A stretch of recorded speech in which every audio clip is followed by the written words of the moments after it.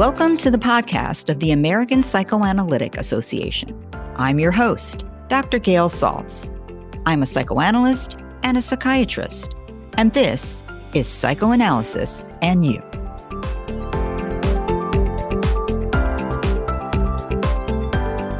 My guest today is Elizabeth Lunbeck, a historian of psychoanalysis, psychiatry, and psychology, and who currently serves as professor and chair of the Department of the History of Science at Harvard University. Lunbeck is the author of The Psychiatric Persuasion, Knowledge, Gender, and Power in Modern America. She's the co-author of Family Romance, Family Secrets, and author of The Americanization of Narcissism, as well as the co-editor of 4 additional volumes. Lunbeck is an academic program graduate of the Boston Psychoanalytic Society and Institute and holds a master's degree in counseling psychology. She teaches courses in the history of psychoanalysis and this semester, a large lecture course in Harvard's program in general education on psychotherapy and the modern self. She is currently writing a book on the talking cure, From Freud to TikTok. Welcome. Thank you for joining me.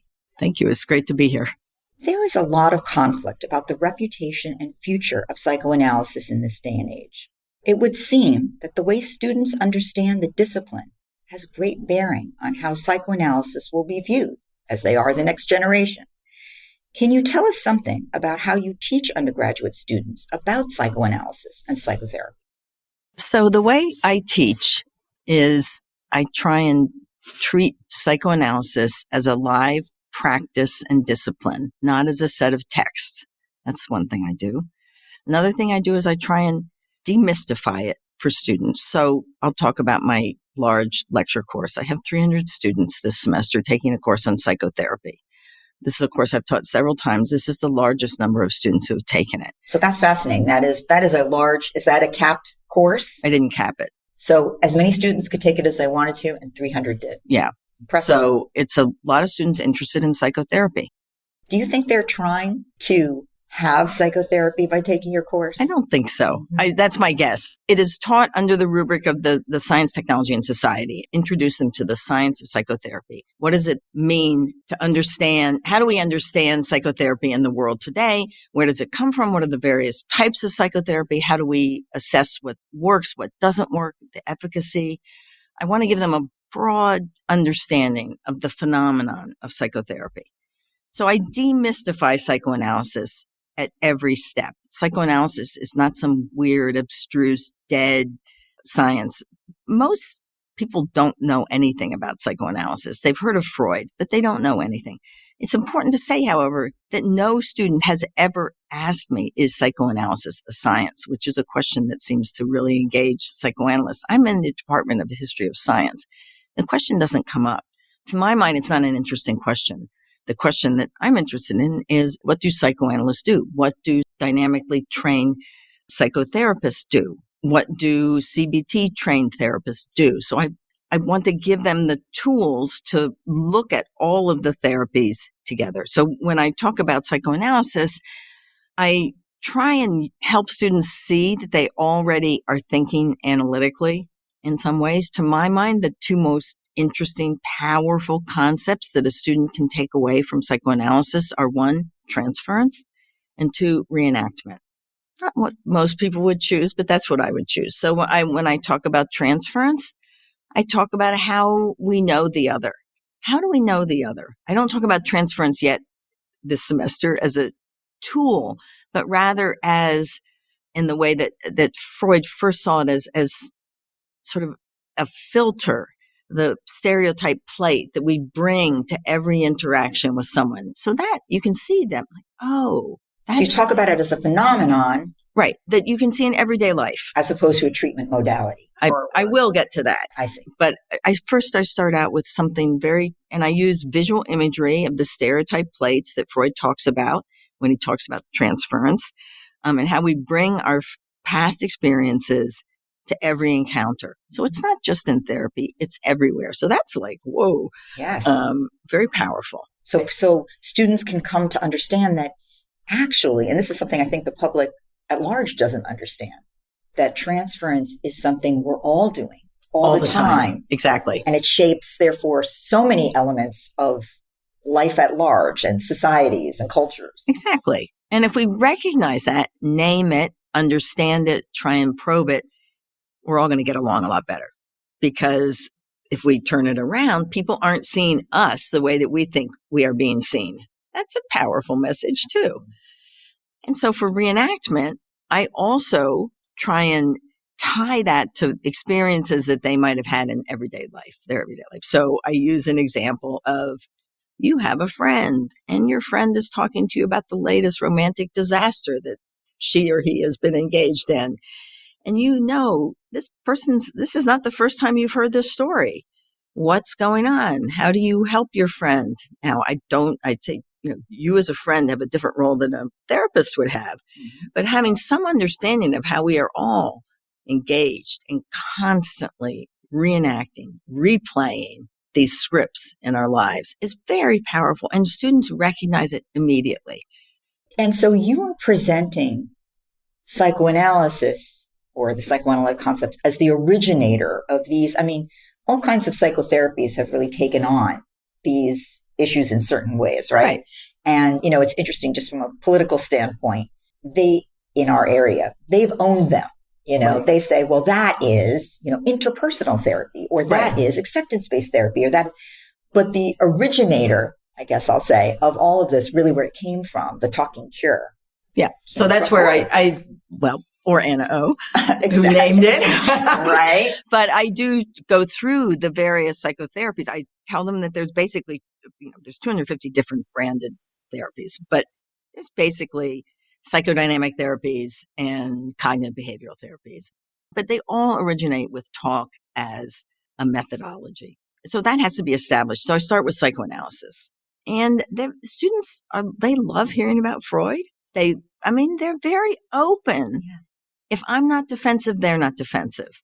Do they question you about, I guess what I would say is, as you pointed out, right, over here at the organization of all analysts, we talk about things like, is there enough scientific rigor? They're not worried about that. They're not worried about that. Well, they are.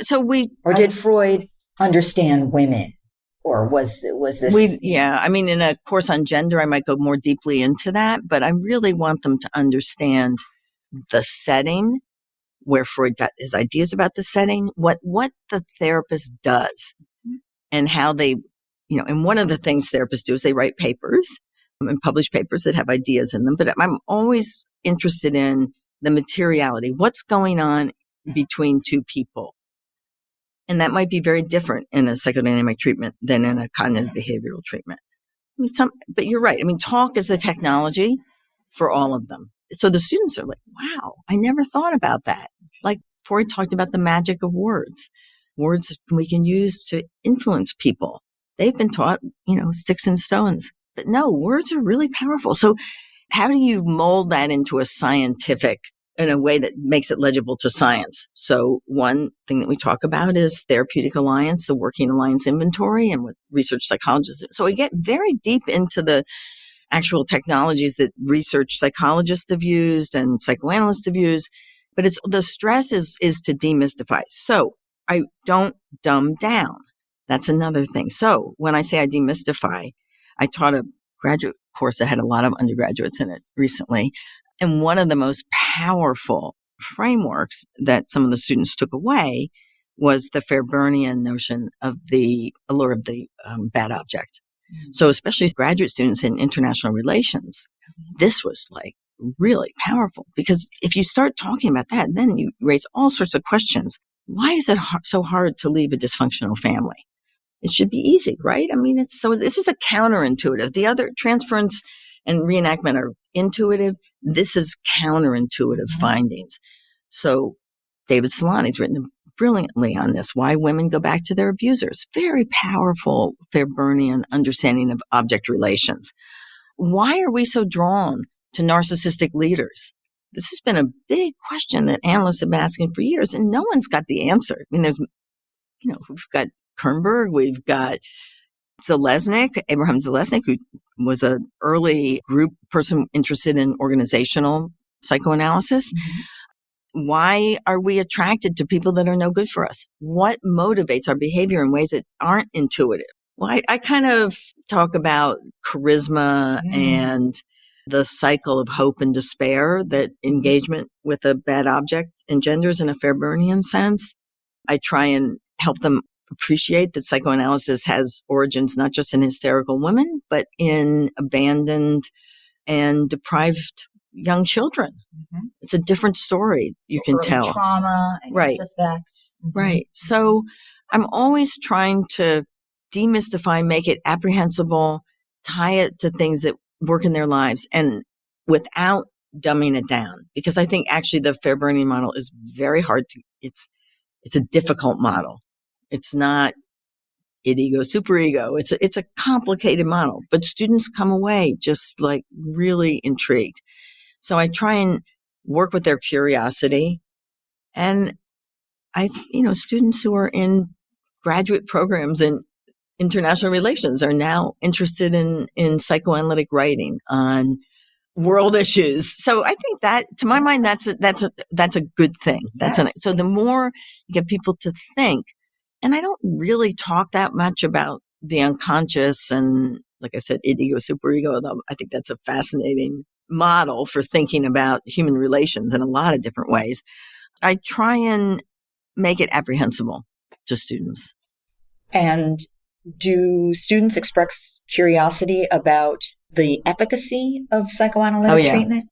So we talk about problems of measurement. We talk about how one runs RCT to actually produce results. We talk about measures, instruments. So I take them through the production of knowledge process for psychotherapy research trials.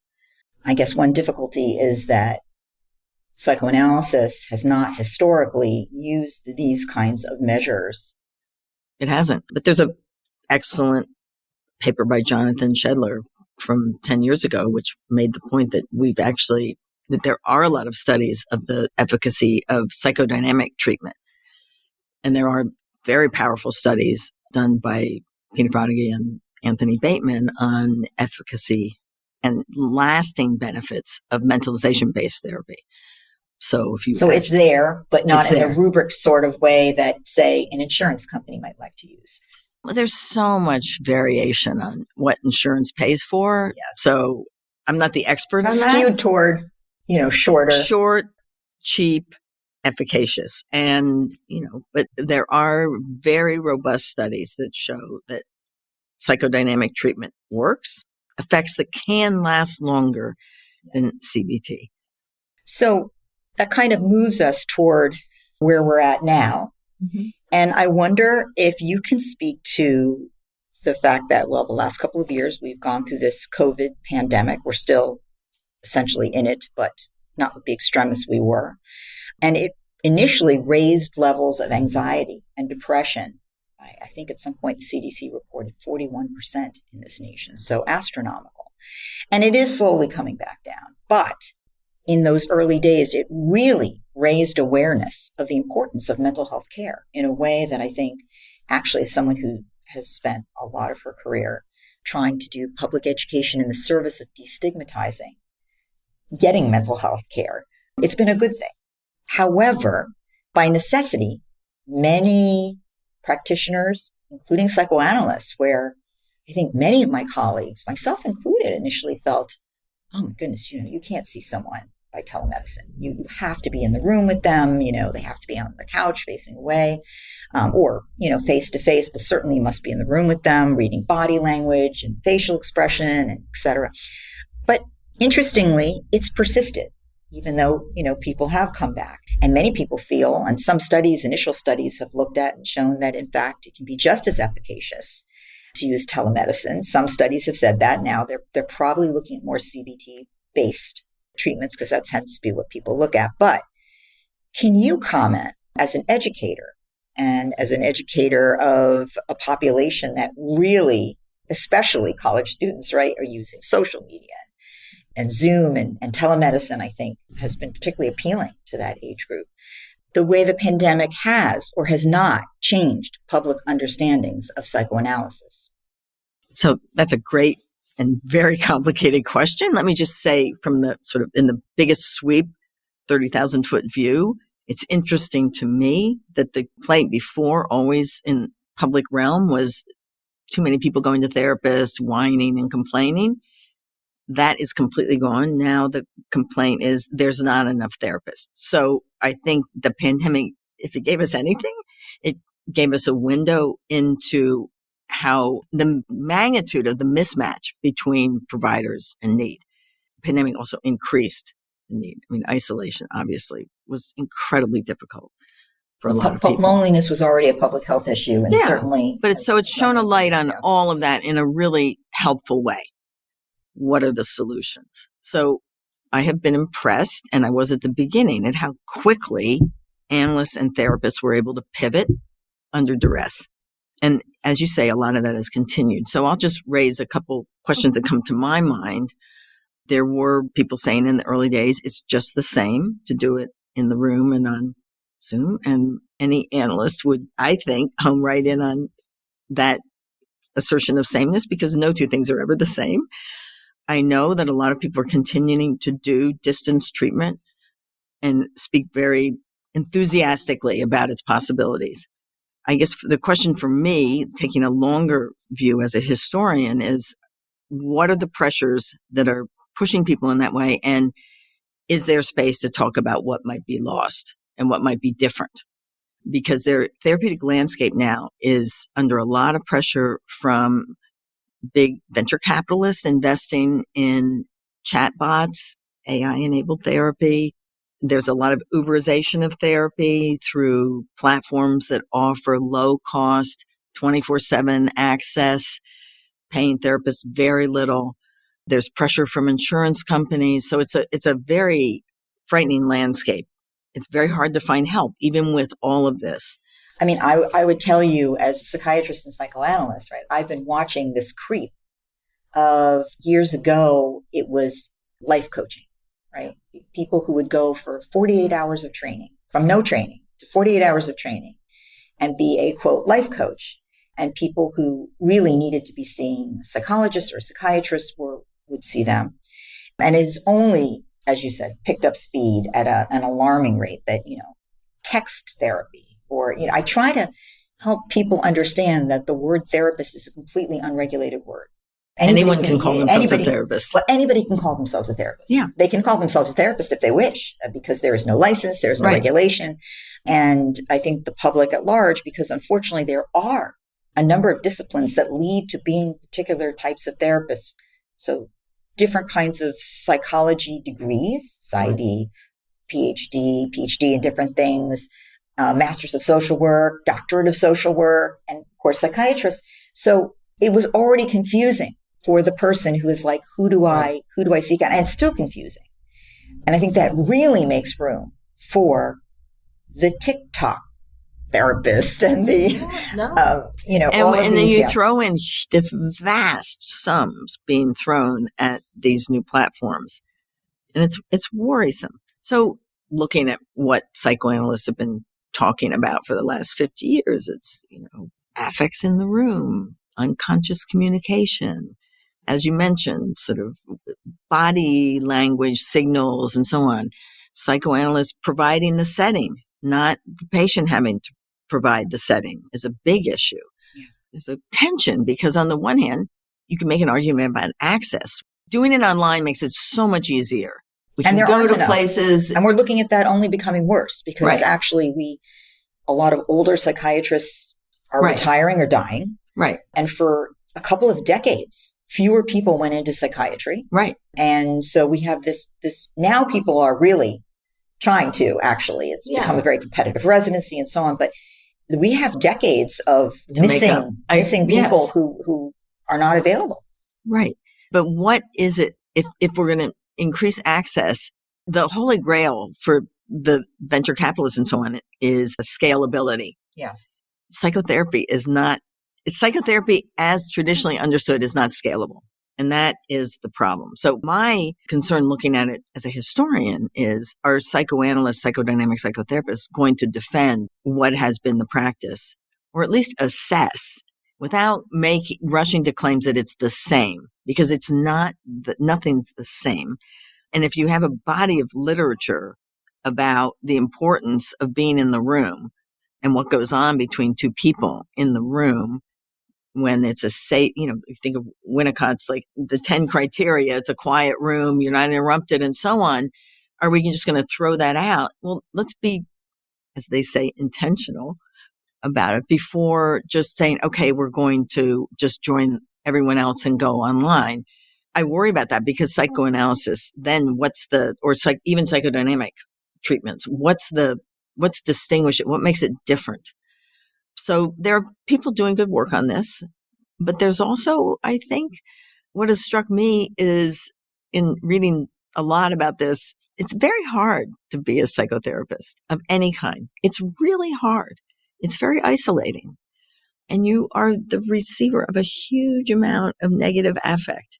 And I think in a way, the sort of ease with which therapists have moved online, I wonder to what degree that's related to how hard the job was and the relaxation of some boundaries. So that burnout is facilitating the expediency and the ability to be in your own space and with your family or whatever you are without your commute, et cetera, et cetera. I just wonder. I mean, I think it's worth asking before just making the leap and leaving behind 120 years or 100 years, however we want to count it, of office-based treatment, even though it's not available to everyone. And to go back to MBT, there are videos online, wonderful videos of Anthony Bayman doing MBT treatment with incarcerated and paroled persons with very severe personality disorder diagnoses. So it doesn't just line up that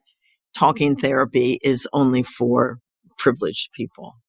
In practice, of course, that's true, but it's also can be mobilized to be used with people who really need help, who will not be helped by a Zoom interview. So I guess I would just, looking at the long term, I would just advise some caution and defend the brand. I'm using branding quote marks here. You can't see that, but defend what you do. Is it your perception as an educator that professionals do not defend the brand? I think psychoanalysts, people say this a lot, there's a lot of rearranging the deck chairs. There's a lot of concern about, say, the average age of the psychoanalyst, about the future of the profession. Psychoanalysis offers such a powerful way of understanding the world, from individuals to organizations to nation states. We should use that. It's incredibly useful knowledge, and it's hard earned. It's a long, as you know, it's a long path, but it's knowledge that's, when people kind of can wrap their head around it, people who aren't analysts, it's very illuminating. It's interesting. I think that obviously it's been this way a long time. Edward Bernays, Freud's nephew, creating marketing out of psychoanalytic concepts, but naming it marketing and PR. And no one knows of the attachment anymore, let's just say, or where those concepts really came from. And I think it's your point, all of these things developed and then, sort of threw out the parent as the name of really where this all came from. So is some of your defend the brand idea have to do with reminding people that these concepts, or, this negotiation in international relations is brought to you by? No, I'm sorry. I didn't mean to go all Bernays and Madison Avenue on you, although I think his work is really interesting. I guess what I mean is, I wonder if some of the retreat from the office is determined more than rules about who can be with whom without a mask and so on. I wonder how much of it is kind of a relief from the demands of office-based practice. So just take this next steps carefully, because I don't think going out and saying psychoanalysis is great is the way to do it. I think actually doing the work, getting out in the community, doing the work. Applied analysis. It doesn't even have to be applied. I think of, so I show students or have them watch Black psychoanalysts speak. And there's a wonderful vignette in there that Kirkland Vaughn relates where I'm not going to get it quite right, but there was a call to him or someone about a little black boy was having to be held down by 4 big police. Maybe they weren't police, but big grown-ups, let's say. And what was his comment? His comment was, what you're holding down is your fantasy of him. Like, that's not him. It can take one adult to hold down a 6 or 7-year-old boy. Such a powerful way of looking at it. And this is in a school setting. It doesn't have to be called psychoanalytic, but it's such an illuminating comment about the usefulness, the utility, applicability of psychoanalysis beyond the consulting room. Elizabeth Lunbeck, thank you so much for joining me today. Well, thank you. It's been really a pleasure. And now for some Freudian quickies. You sent in your questions for an analyst, and I grabbed an analyst with an answer. What do you think psychoanalysis can teach us about sex?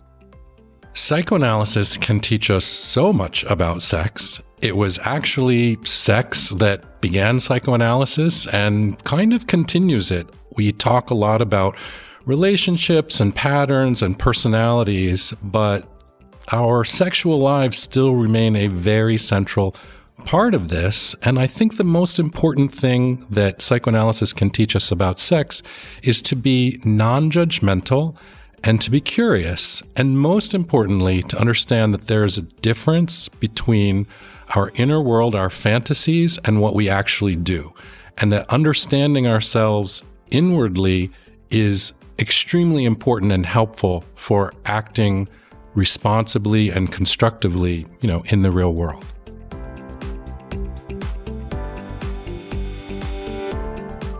What can psychoanalysis teach us about sex?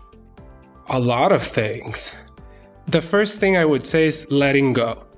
I'll keep it simple like that, but psychoanalysis is a process of letting go, and you can think sex is also a process of letting go.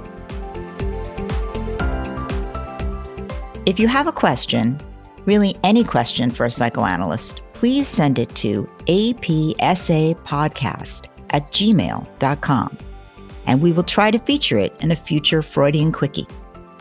For more information about the American Psychoanalytic Association, go to www.apsa.org. Till next time.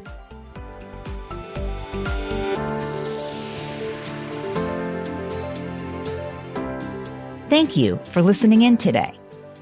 Here at Psychoanalysis and You, and we at the American Psychoanalytic Institute, hope to introduce you to the many ways psychoanalytic thought affects the world around us, and especially you. Please leave any comments and requests for us at apsapodcast@gmail.com. If you haven't already, please subscribe to this podcast on your favorite podcast app. If you found this episode useful, please share this podcast with a friend or colleague. And we will be back next month with another episode of Psychoanalysis and You.